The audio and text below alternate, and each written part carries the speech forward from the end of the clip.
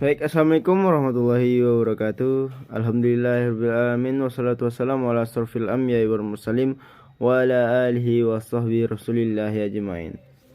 Baik, perkenalkan nama saya Afdalil Mazikri Wanda dengan NIM 2522283. Saya berasal dari kelas PTIK 1H. Di sini saya akan mengerjakan suatu tugas atau ujian UAS take home, menjelaskan pemahaman atau menyampaikan pemahaman pada bab 4, 5, dan 6 pada pembelajaran logika algoritma dengan dosen pengampu Bapak Rian Amanda MPDT. Baik, langsung saja ke materinya, let's go. Baiklah, pada kesempatan kali ini saya akan menjelaskan bab 4 tentang dasar algoritma pemrograman, yaitu di situ terdapat beberapa bagian-bagian poin pada bab tersebut. Yang pertama percabangan, yang kedua perulangan, yang ketiga rekursif. Setelah itu pada bab 5 di sini yaitu lirik atau array. Di sini juga terdapat beberapa bagian-bagian materi. Yang pertama itu pengertian link dan array. Yang kedua array dimensi 1. Yang ketiga array dimensi 2 atau multidimensi. Selanjutnya pada bab 6. Nah, pada bab 6 ini sedikit banyak materi yang akan dijelaskan pada metode divide dan conquer. Yang pertama yaitu ada pengertian metode divide dan conquer. Yang kedua pengertian metode sorting. Yang ketiga algoritma sorting. Yang keempat algoritma selection sort. Yang kelima algoritma insertion sort. Yang keenam algoritma quick sort. Yang ketujuh algoritma bubble sort. Yang keenam itu algoritma mark sort. Baik, langsung saja kepada bab keempat. Materi pertama yaitu dasar algoritma pemrograman, yaitu percabangan. Percabangan merupakan salah satu struktur kontrol untuk mengatur jalannya program, karena beberapa kasus tidak dapat dipecahkan secara sekuensial, di mana percabangan digunakan untuk melakukan seleksi terhadap nilai. Kemudian dari nilai tersebut akan menjalankan perintah atau sistemen di bawahnya berdasarkan pada nilai. Secara umum, percabangan apabila digambarkan dengan flowchart. Nah, setelah pengertian dari percabangan, materi selanjutnya yaitu jenis, dan pada bagian ini terdapat juga jenis percabangan dan implementasi. Percabangan atau battling pada rumpun bahasa C memiliki dua macam jenis, yaitu percabangan dengan syarat dan percabangan tidak bersyarat, di mana pada percabangan bersyarat memerlukan nilai pada kondisi tertentu untuk menentukan statement mana yang akan dijalankan, sedangkan pada percabangan tidak bersyarat tidak memerlukan nilai tertentu untuk menjalankannya. Dan satu percabangan bersyarat. Pada percabangan bersyarat secara garis besar dibagi menjadi dua, yaitu percabangan dirigen menggunakan if dan switch case. Yang pertama yaitu percabangan if. Percabangan if merupakan percabangan yang paling sederhana karena hanya akan menghasilkan nilai true dan false, di mana struktur if akan melakukan perintah pada blok perintah apabila nilai dalam syarat terpenuhi. Materi kedua yaitu switch case.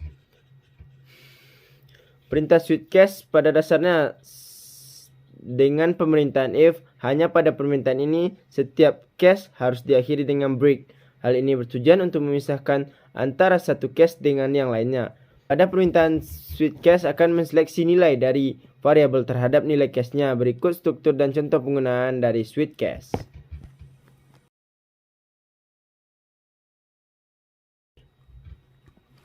Pada struktur di atas, variabel harus kita cantumkan setelah kata switch yang dimasukkan di dalam kurung dan memiliki perintah switch dengan kurung kurawal. Case selalu diikuti oleh keadaan dengan yang dimungkinkan akan terjadi. Kemudian ditulis nilai yang akan dibandingkan dengan nilai variabel yang telah dituliskan pada switch. Apabila nilai dari kondisi terpenuhi, maka perintah akan dijalankan. Break fungsi untuk menghentikan perintah pada suatu cache agar cache selanjutnya tidak diperiksa dan pembacaan switch cache itu dibaca secara berurut dari atas. Dari nilai variabel huruf yang kita berikan akan didapatkan keluaran teks huruf C. Fungsi break dia sini untuk menghentikan pemeriksaan ke cache selanjutnya. Apabila break dihilangkan, maka yang tampil tidak hanya huruf C, namun akan menghasilkan tampilan huruf C, huruf D. Itulah mengapa kita harus menyatakan break di dalam cache. Percabangan tak bersyarat. Selanjutnya itu percabangan tak bersyarat berbeda dengan bentuk percabangan sebelumnya. Untuk bentuk percabangan yang kedua adalah percabangan tidak bersyarat, di mana dalam aplikasinya akan mengarahkan eksekusi program ke line program yang dituju dan menggunakan perintah go. Namun fungsi ini hanya berjalan di PHP. Mungkin hanya sekian materi percabangan. Lanjut ke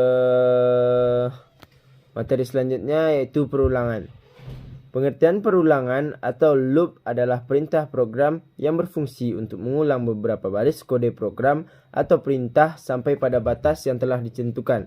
Untuk membuat perintah perulangan, setidaknya kita harus mengetahui 3 komponen yang harus ada dalam perulangan tersebut, yaitu yang pertama ada kondisi pada saat awal perulangan, yang kedua kode program atau perintah yang akan diulang, yang ketiga kapan perulangan itu akan berhenti. Penggunaan perulangan dalam bahasa pemrograman dapat memberikan efisiensi pada dan memperpendek kode program. Karena dengan menggunakan perulangan, proses yang dilakukan berulang, misalnya menuliskan huruf A sampai 500, dapat dilakukan dengan beberapa baris coding saja. Secara umum, proses looping atau peruraian dibedakan menjadi 2 jenis, yaitu loop yang pertama looping yang jumlah kali perulangannya sudah diketahui terlebih dahulu. Yang kedua looping yang jumlah kalinya perulangan belum diketahui kapan dia akan berhenti. Untuk perulangan yang sudah diketahui kapan dia akan berhenti akan diselesaikan dengan perulangan for. Sedangkan perulangan yang belum diketahui kapan perulangan itu akan berhenti diselesaikan dengan alit apabila kondisi diperiksa di al dan akan menggunakan do while apabila kondisi perulangan diperiksa di akhir. Perulangan secara umum memiliki 2 struktur utama. Yang pertama, kondisi perulangannya itu kondisi yang harus dipenuhi agar perulangan dapat dilakukan, biasanya berupa ekspresi boolean bagian perintah coding. Yang kedua, bagian perintah coding yang akan diulang. Selanjutnya yaitu ada jenis perulangan dan implementasinya. Jenis model perulangan yang umumnya digunakan pada program menggunakan PHP atau jenis pemrograman lainnya adalah while, do while, for, needed slope, atau perulangan bersarang perulangan while. Perulangan while seperti pada penjelasan sebelumnya, struktur perulangan while digunakan untuk kondisi perulangan yang banyaknya perulangan tidak diketahui sebelumnya untuk tidak dapat dipastikan pada saat kode program untuk dituliskan. Sebagai contoh, kita akan membuat untuk program untuk mengacak buah-buahan. Kita tidak akan tahu berapa kali nanti akan mencoba, merupakan 4 atau 10 kali percobaan sampai hasil yang diharapkan dicantumkan. 2 statement do while. Perintah looping dengan while dengan perintah do while pada prinsipnya hampir sama. Pengecekan kondisi perulangan itu dilakukan pada struktur perulangan while. Kondisi perulangan diperiksa di aral sehingga apabila kondisi tidak dipenuhi sejak awal, maka perulangan tidak akan dilakukan sama sekali. Berbeda dengan while, karena lokasi pengecekan perulangan dilakukan di akhir, maka perintah looping akan melakukan 1 kali perintah sebelum mengecek kondisi perulangan di belakang. Sehingga walaupun kondisi tidak dipenuhi, perulangan akan dilakukan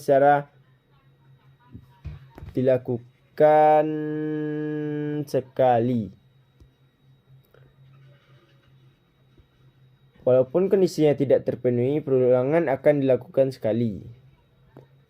Yang ketiga ada perulangan for.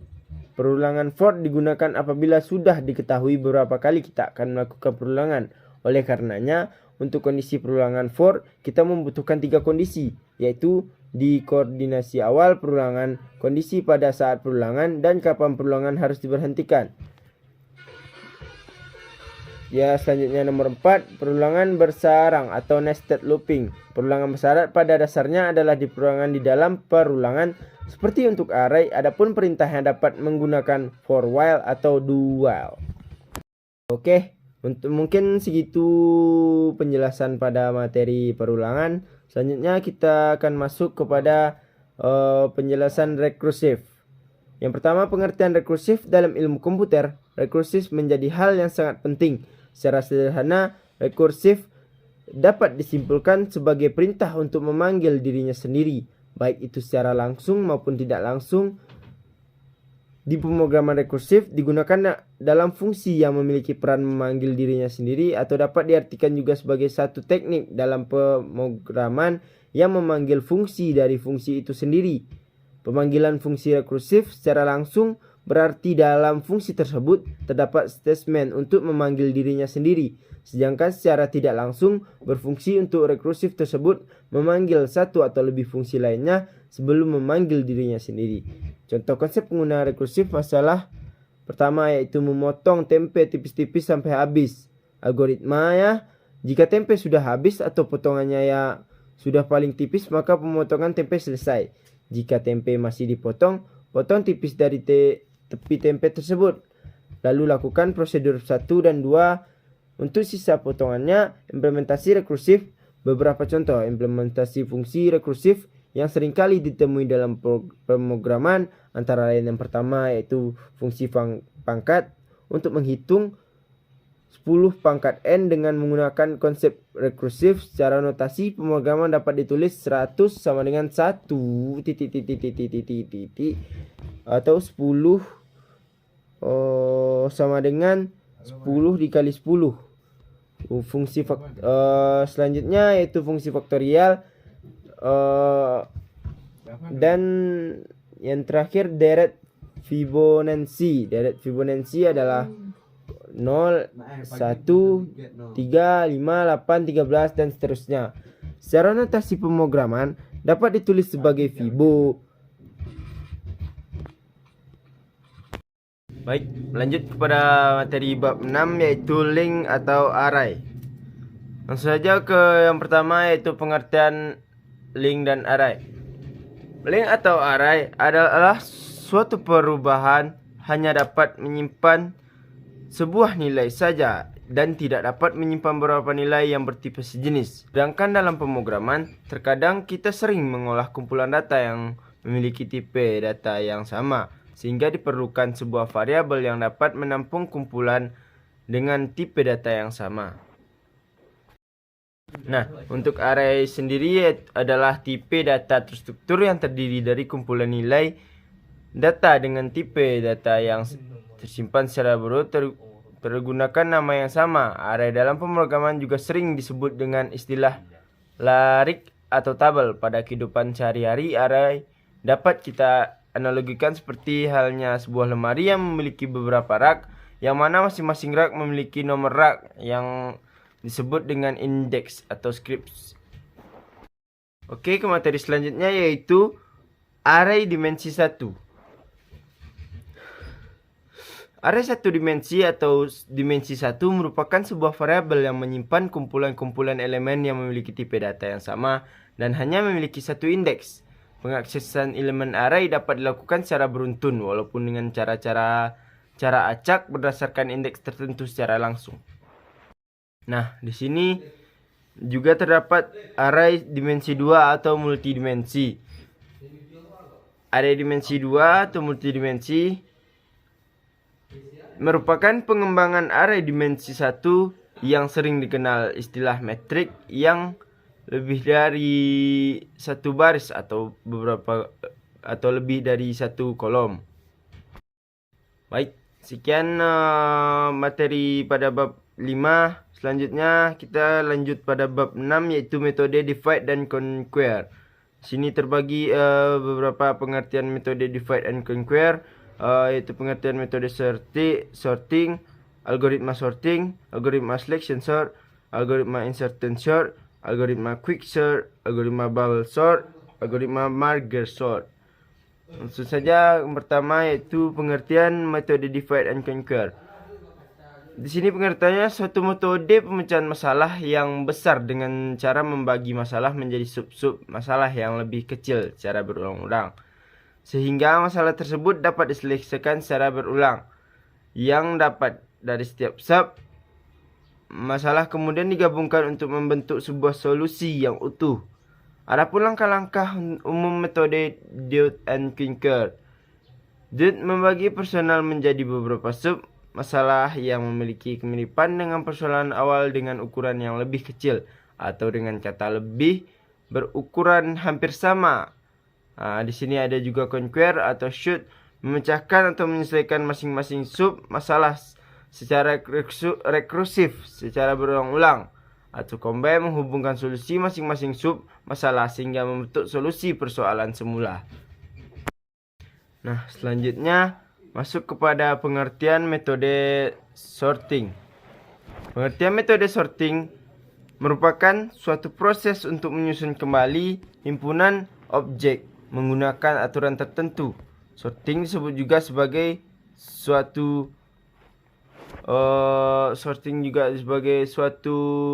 pemecahan masalah pada suatu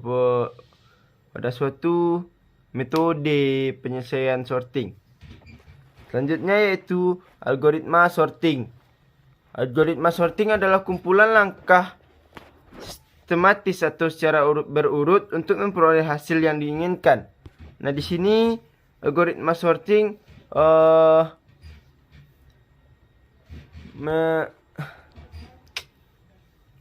berupa kumpulan langkah-langkah sistematis atau secara berurut untuk memperoleh hasil yang diinginkan. Jadi di sini dia diurutkan langkah-langkah atau prosesnya sehingga terbentuknya hasil yang diinginkan.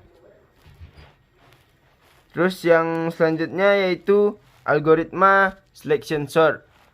Algoritma selection sort merupakan algoritma sederhana yang berbasis perbandingan, memilih elemen dengan nilai paling rendah dan menukarkan dengan elemen terpilih. Di sini algoritma selection sort ini mengupgrade suatu elemen yang dari elemen yang rendah menukar ke elemen yang terpilih dengan elemen KR dari nilai mulai dari 1 ke N, di mana jumlah total elemen dikurangi 1 sehingga mendapatkan hasil yang diinginkan. Yang selanjutnya yaitu algoritma insert sort. Salah satu algoritma sorting sort yang paling sederhana adalah insertion sort. Algoritma insertion sort pada dasarnya memilih data yang akan urut menjadi dua bagian, yang belum diurutkan dan sudah diurutkan. Jadi di sini untuk pemecahan masalah algoritma insertion sort, dia memecah masalah itu menjadi dua bagian, atau memilih data diurutkan menjadi dua bagian. Yang pertama bagian terurut, yang kedua bagian tidak terurut. Yang selanjutnya yaitu algoritma quick sort. Algoritma quick sort adalah algoritma pevoltiran yang sangat efisien dan didasarkan pada pemartisia array dan menjadi array yang lebih kecil. Jadi di sini dia akan mengompres array itu dari ukuran normal hingga menjadi ukuran yang lebih kecil. Yang selanjutnya yaitu algoritma bubble sort. Kode pengurutan gelembung atau penukaran dapat dilakukan dengan letakkan elemen terbesar pada sebelah paling kanan urutan N. Kemudian elemen terbesar kedua diletakkan pada posisi N, begitu. Seperti itu. Berarti posisi pertama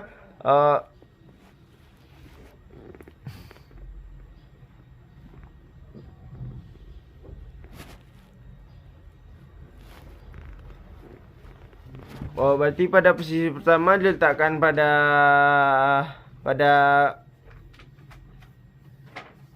sebelah kanan urutan N, dan posisi kedua diletakkan pada tempat yang sama pada posisi 1N. Yaitu yang terakhir, yaitu algoritma Mark-Sor. Mark-Sor adalah algoritma yang dijalankan sebagai akibat dari terlalu banyaknya daftar yang diurutkan. Dengan menghasilkan lebih banyak daftar yang diurutkan sebagai output, algoritma Mark ini disesuaikan untuk mesin Drill-10. Baiklah, sekian materi ini dapat saya sampaikan.